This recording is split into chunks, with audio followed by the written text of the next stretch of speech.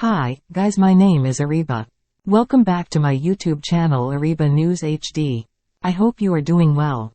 Before watch this video, please subscribe to my YouTube channel and press bell icon for latest video. So, let's start the video. Toulouse v Bath. 5 takeaways from Champions Cup clash as RFU left with questions after Jack Willis display. Following a 31-19 victory for Toulouse over Bath at the Stade Ernest Wallin on Sunday, here's our 5 takeaways from the Investec Champions Cup clash. Bath go toe-to-toe with French giants. There is no doubt that the West Countrymen have taken a giant stride forward this season, but this was the truest test of their capabilities.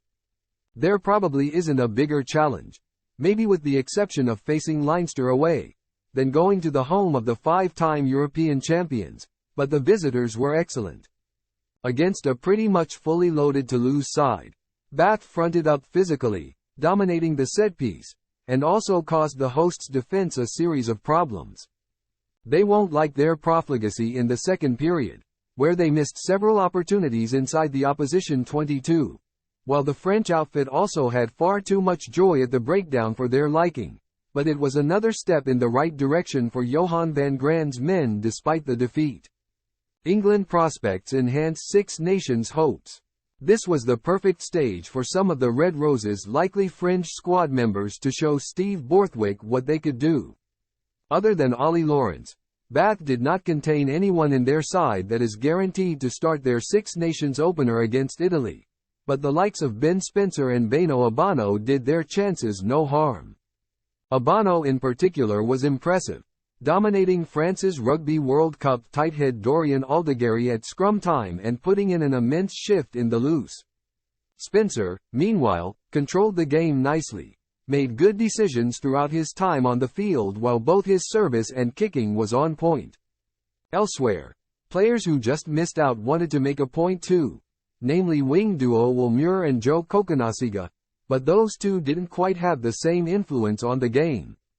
Muir and Kokonasiga didn't do anything wrong, were both willing, and cleared up pretty well in backfield, but they lacked impact with ball in hand.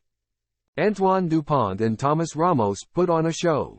While Bath deserved plenty of credit for pushing Toulouse all the way, Dupont and Ramos showed their class with excellent all-round displays which played a big part in helping Toulouse to secure their victory. Although the Premiership outfit stayed in the fight for long periods, the French internationals did not panic and impressed with their outstanding game management throughout this fixture. Dupont left his stamp on the match by setting up both of Ramos' tries with beautifully weighted grubber kicks either side of half-time. Apart from that, the Toulouse and France captain also provided Ramos with slick service while the stand-in fly half, once again, caught the eye with his brilliance on attack which was rewarded with that brace.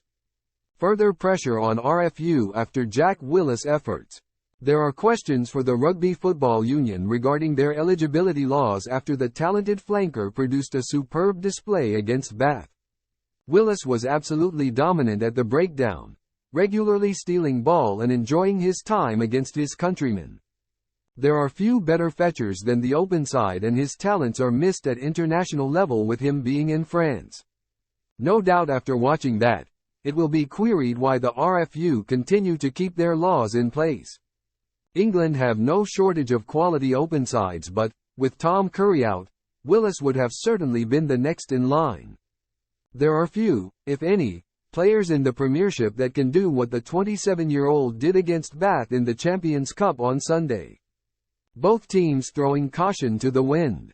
Ahead of this fixture, these sides were both unbeaten in Pool 2 and level on 15 points alongside Harlequins, who had already completed their allotted matches, and, as a result, both sides needed at least a point.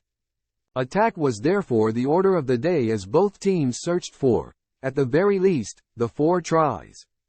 The match was played at a blistering pace with the teams giving the ball plenty of air and leaving little doubt that they wanted to finish this contest as victors to secure the top spot in the pool. Those tactics had the desired effect as the teams were rewarded with 3 tries apiece during the opening half and were deadlocked at 19-19 at the interval. Bath continued to hold their own against their more fancied opponents during their early stages of the second period but fell off the pace in the game's dying moments, while Toulouse finished stronger and eventually secured the result courtesy of late tries from Malia and Ramos.